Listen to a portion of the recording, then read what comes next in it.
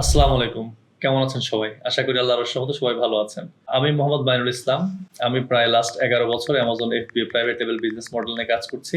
এই private level business model নিয়ে কাজ করার সুবাদে আমাদের সাথে অনেকেরই পরিচয় হয়েছে।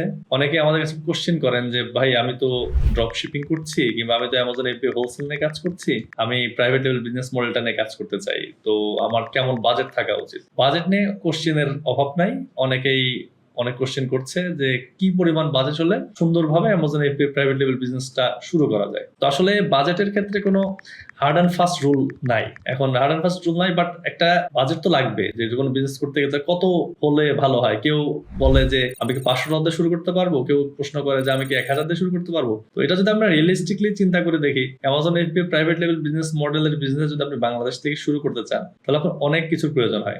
আমরা কিন্তু একটা ইউএসএ এলএলসি ফরমেশন করি। তো এলএলসি ফরমেশন করতে কিন্তু একটা কস্টিং থাকে। তো দেখা যাবে একটা এলএলসি ফরমেশন যদি আপনি করতে চান ইউএসএ তে, state to state price vary করবে। তো আপনি যদি ওয়াইমিং এ করেন কিংবা ডেলাওয়্যারে করেন কিংবা নিউ মেক্সিকোতে করেন, প্রাইস কিন্তু সাথে আবার ইআইএন এমপ্লয়মেন্ট আইডেন্টিফিকেশন নাম্বার যেটা বলে, এটা সহ প্রায় $350 থেকে $400 মতো চলে আসবে। আবার অ্যামাজন বিজনেস করতে গেলে যেটা দেখা যাবে, আপনার কাছে ট্রেডমার্কের প্রয়োজন হবে, কারণ without trademark or brand name আপনি কিন্তু বেসিক্যালি বিজনেসটা স্টার্ট করতে পারবেন না। তো সেটা ট্রেডমার্ক করতে গেলে কিন্তু আপনার যে প্রাইসিংটা যদি আপনি দেখেন, প্রায় $700 থেকে $1000 মতো লাগতে পারে এবং বেশি কম হতে পারে। এটা ক্লাস টু ক্লাস ভ্যারি করে। এছাড়াও আপনি অ্যাকাউন্ট খোলার জন্য আপনি কোম্পানি ফরমেশন করলেন, আপনার ট্রেডমার্ক রেজিস্ট্রেশন করলেন।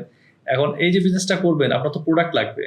তো সে প্রোডাক্টের প্রাইসটা তো লাগবে, একটা ইনভেন্টরি কিন্তু আপনার লাগবে। যেহেতু আমরা বলছি এটা প্রাইভেট লেভেল বিজনেস মডেল, তো প্রাইভেট লেভেল বিজনেস মডেলের জন্য তো আমাদের নিজের ব্র্যান্ডের প্রোডাক্ট লাগবে। তো সেটা কিন্তু আপনি যখন আবার আলিবাবা থেকে সোর্সিং করতে যাবেন, সেটা কিন্তু একটা মিনিমাম অর্ডার কোয়ান্টিটি আছে, যেটাকে আমরা এমওকিউ বলছি। তো এমওকিউ ক্ষেত্রে যদি আপনার প্রোডাক্টের দাম, আমি ধরে নিচ্ছি কাস্টমাইজেশন সহ আপনার যদি even if it's for example only $5, তারপরে কিন্তু আপনার যদি এখন 500 ইউনিটস এমওকিউ থাকে, তো দেখা যাবে যেটা সেটা হচ্ছে আপনার প্রায় $2500 মতো খরচ পড়ে যাবে। আচ্ছা, আপনি প্রোডাক্টও পেলেন, প্রোডাক্ট পাওয়ার পর এটা তো আপনার শিপমেন্ট করে অ্যামাজন ওয়্যারহাউসে পাঠাতে হবে। তো এখানে দেখা যাচ্ছে আপনি যখন শিপমেন্টটা করবেন, শিপমেন্টের প্রাইসটা ক্যালকুলেশন হবে কিন্তু আপনার প্রোডাক্টের ওয়েট, প্রোডাক্টের প্যাকেজের dimension by sea or by air, আপনার ফ্রেটের উপর ডিপেন্ড করে একটা কিন্তু চার্জ আপনার আসবে। তো আমি এক্সাম্পল হিসেবে যদি আমি আমাদের প্রিভিয়াস একটা ক্লায়েন্টের এক্সাম্পল আপনাকে দেই, তাদের প্রোডাক্টের প্রাইস ছিল অ্যারাউন্ড $3000 এবং কস্টিং একটা স্ট্যান্ডার্ড সাইজের আপনার প্রোডাক্ট ছিল। কস্টিং ছিল আপনার সি ফ্রেটে প্রায় $1700 থেকে $1800 মতো। তাহলে আপনি এগুলো হয়তো আমি আপনাকে যোগ করে বলতেছি না, বাট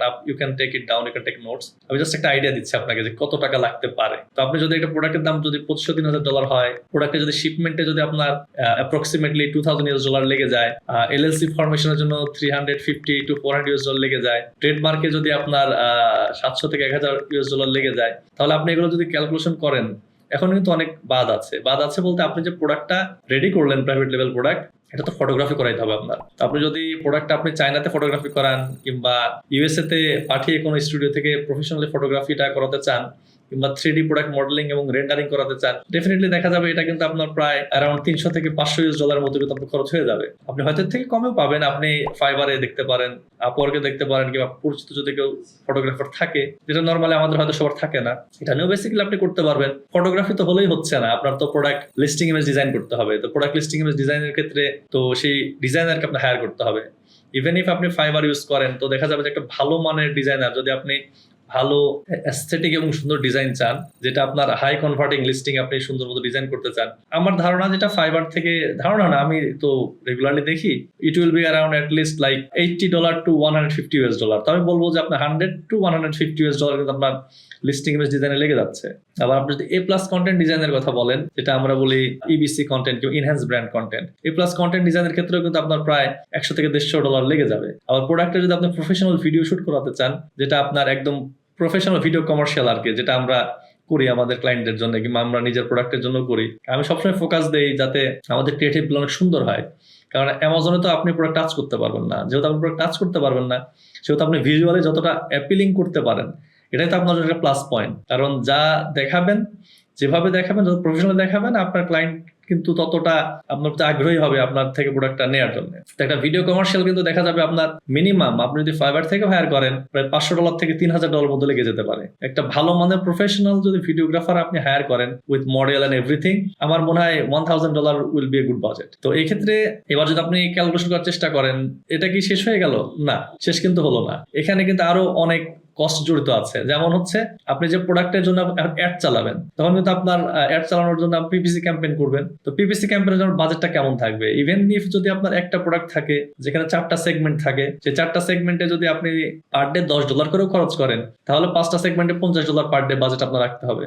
যদি এটা আপনার আসলে খরচ করেন আপনি, তাহলে দেখা যাবে হচ্ছে $50 পার ডে 30 ডেজ হিসাব করেন, প্রায় $1500 মধ্যে কিন্তু এক মাসে চলে যাবে। আর অ্যামাজনে যখন আপনি প্রোডাক্ট লঞ্চ করবেন, ভাইন রিভিউর একটা ব্যাপার থাকে, যদি প্রোডাক্টের কোনো রিভিউ নাই, তো ভাইনকে দিতে গেলে আমরা যেটা সবসময় রিকমেন্ড করি আমাদের ক্লায়েন্টকে, কিংবা আমরা যেটা ফলো করি সবসময়, যে ভাইন রিভিউরকে আমরা 30 products for free testing purpose আমরা দিয়ে দিই। তাহলে দেখা যাবে 30টা প্রোডাক্ট দেওয়ার জন্য আমাদের কিন্তু $200 মতো স্পেন্ড হয়ে যাবে।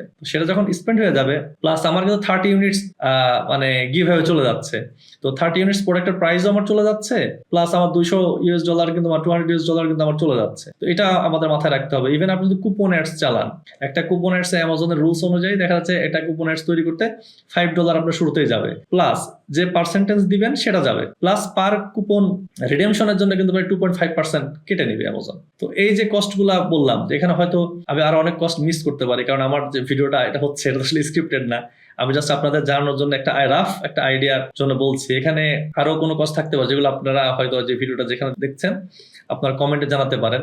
তো আমার অভিজ্ঞতা থেকে বলি, একটা প্রাইভেট লেভেল বিজনেস যদি আপনার কোনো অ্যাকাউন্ট না থেকে থাকে, আপনি একদম নিউলি ফ্রেশ স্টার্ট করতে চান, তাহলে আপনি দেখা যাবে যে আমার $7,000 থেকে $10,000 মতো পড়ে যাবে। যেমন আমি মিস করে গেছি একটা বিষয়, হচ্ছে যে আপনার তো ইউপিসি কোড কিংবা বার কোড, যেটা আপনি প্রোডাক্ট লিস্টিং করে আপনার লাগবে, ওটা GS1 থেকে যদি আপনি কিনতে চান, ওটা কিন্তু একটা কোডের প্রাইস আপনার মিনিমাম $30 পড়ে যাবে।